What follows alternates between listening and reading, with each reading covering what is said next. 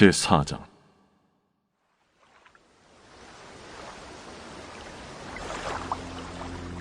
이 일 후에 내가 보니 하늘에 열린 문이 있는데, 내가 들은 바 처음에 내게 말하던 나팔 소리 같은 그 음성이 이르되, 이리로 올라오라.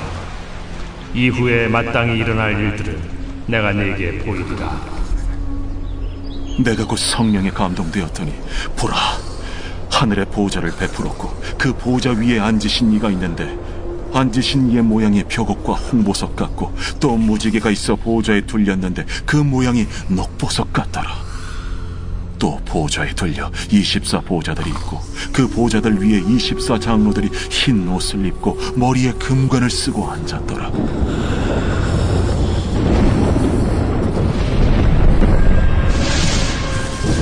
보좌로부터 번개와 음성과 우레소리가 나고, 보좌 앞에 켠 등불 7이 있으니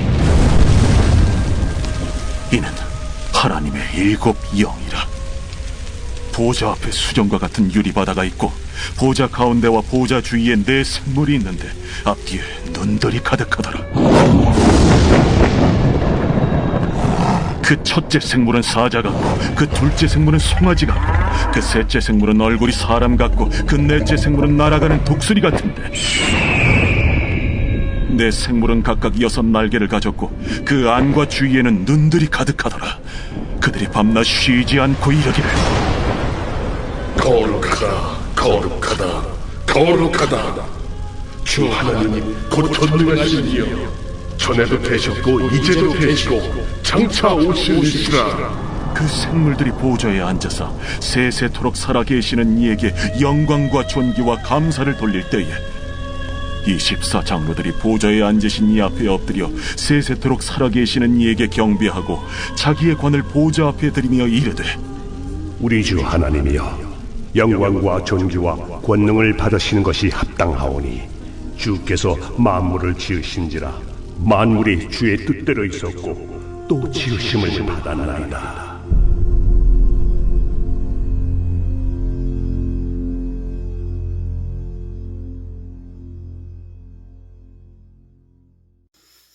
순천 한우문교회 문재용 목사입니다. 오늘은 요한계시록 4장 6절에서 11절 말씀을 가지고 하늘의 예배라는 제목으로 하나님 말씀 전하겠습니다.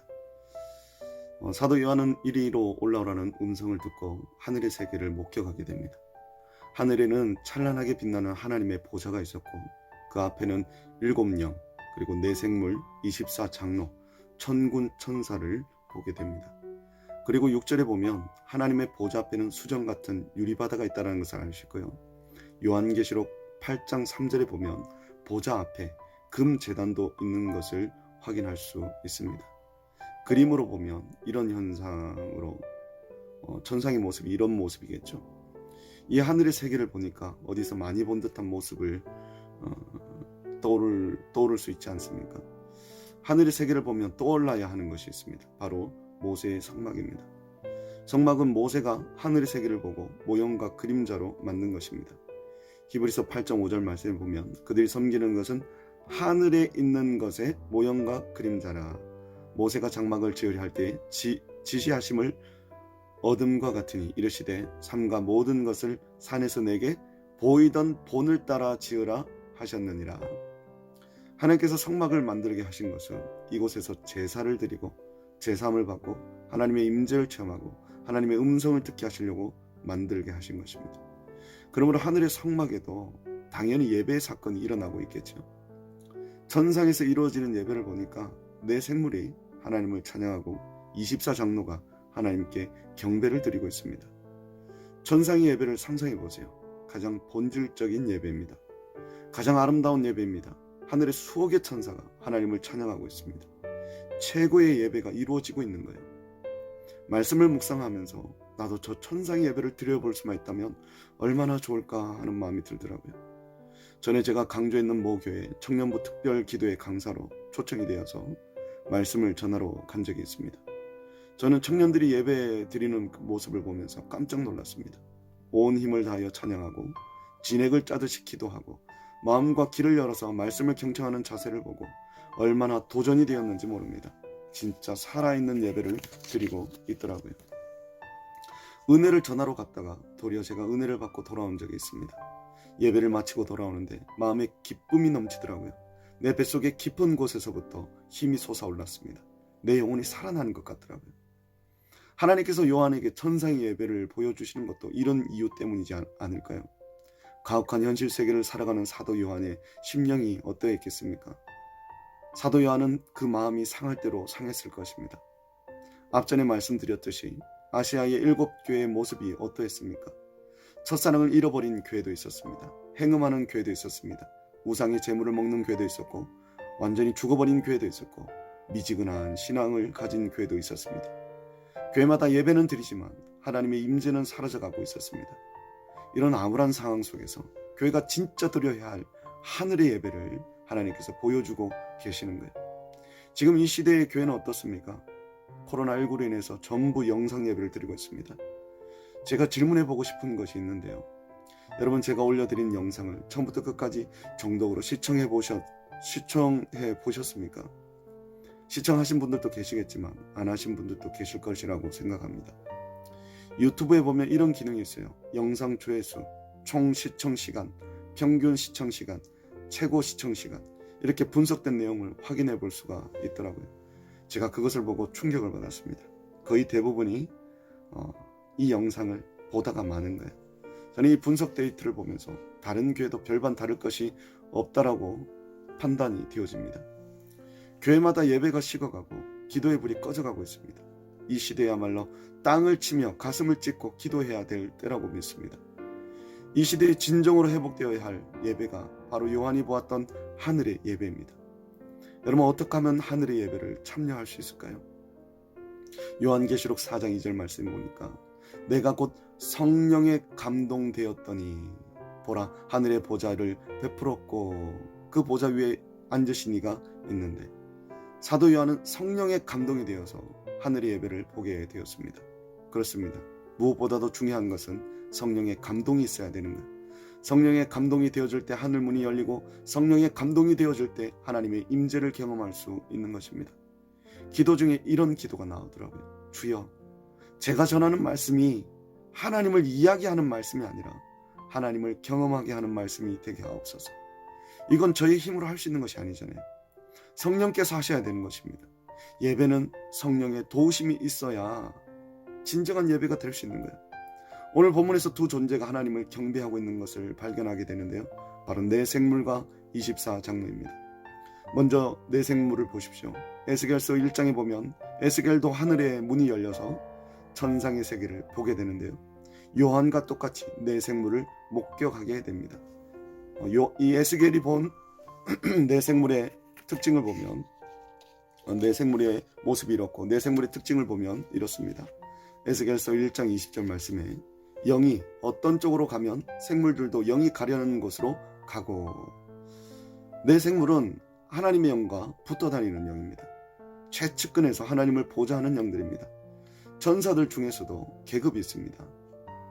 왕이 있고 그 다음으로 삼정승이 있고 그 다음으로 육판서가 있듯이 내생물은 하나님을 가장 가까이서 보좌하는 가장 높은 계급의 천사들입니다.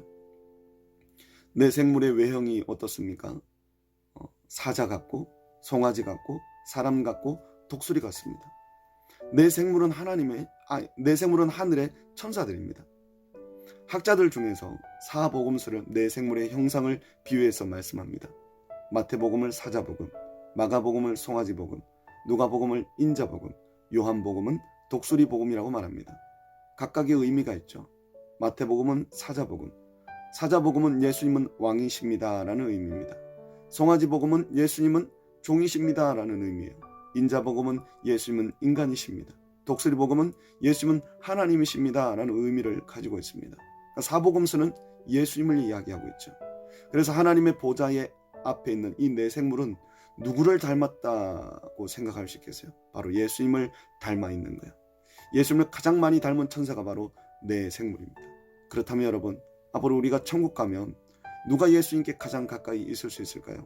바로 예수님을 닮은 사람인 줄로 믿습니다.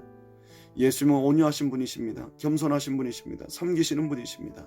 성령의 9가지 열매가 어떻습니까? 사랑과 희락과 화평과 오래 참음과 자비양성 충성 온유 절제가 바로 예수님의 모습입니다.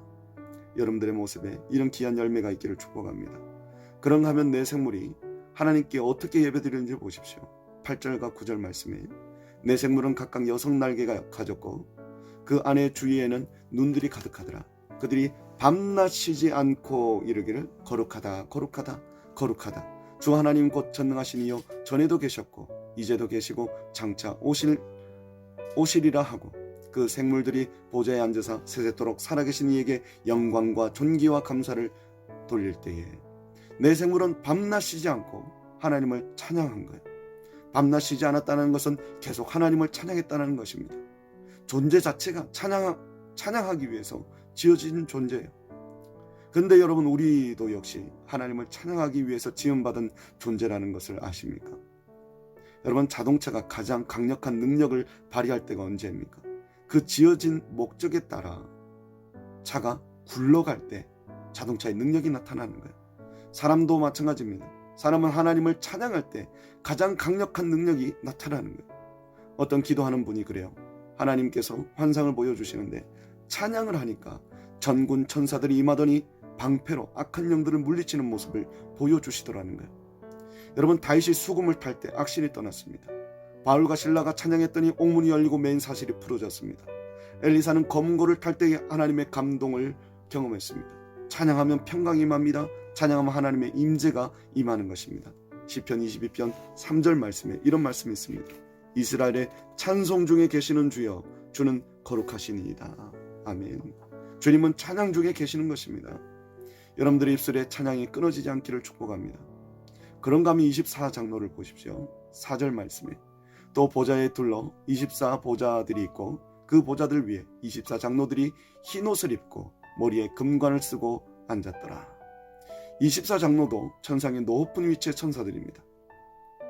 24장로들에게는 보좌가 허락되어져 있습니다. 그들은 흰옷을 입었고 머리에 금관을 쓰고 있습니다. 하늘의 최고의 영광을 입은 자들인 것을 알 수 있습니다. 24장로는 어떻게 예배를 드립니까? 10절 말씀에 24장로들이 보좌에 앉으신 이 앞에 엎드려 세세토록 살아계신 이에게 경배하고 자기의 간을 보좌 앞에 드리며 이르되 아멘. 24장로는 자신들이 쓰고 있던 면류관을 드리며 하나님께 경배하고 있습니다. 자신의 영광을 벗어서 하나님께 드리는 거예요. 내 능력을 벗어서 하나님께 드리고 있습니다. 내 자랑을 벗어서 하나님께 드리고 있는 거예요. 자신의 면류관을 벗었다는 것은 내 인생의 주인은 내가 아니라 하나님이라고 고백하고 있는 것입니다. 여러분, 예배에 있어서 가장 중요한 것은 바로 자신의 면류관을 하나님께 드리는 것입니다. 진정한 예배는 내 자존심을 하나님께 드리는 거예요. 내 능력을 하나님께 드리는 것입니다. 내 사회적인 직분을 하나님께 드리는 것입니다. 내 교만과 내 열등감까지도 전부 다 하나님께 드리는 것이 바로 예배입니다.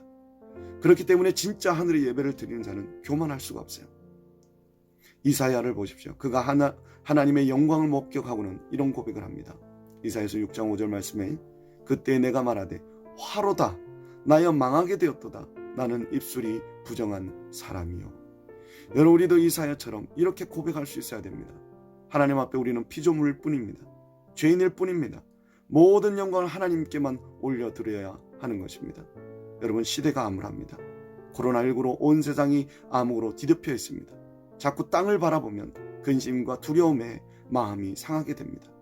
이럴 때일수록 예배가 살아나야 됩니다. 천상의 예배를 드려야 합니다. 여러분들의 입술에 내 생물처럼 찬양이 살아나기를 축복합니다. 여러분들의 면류관을 하나님께 드릴 수 있기를 축복합니다.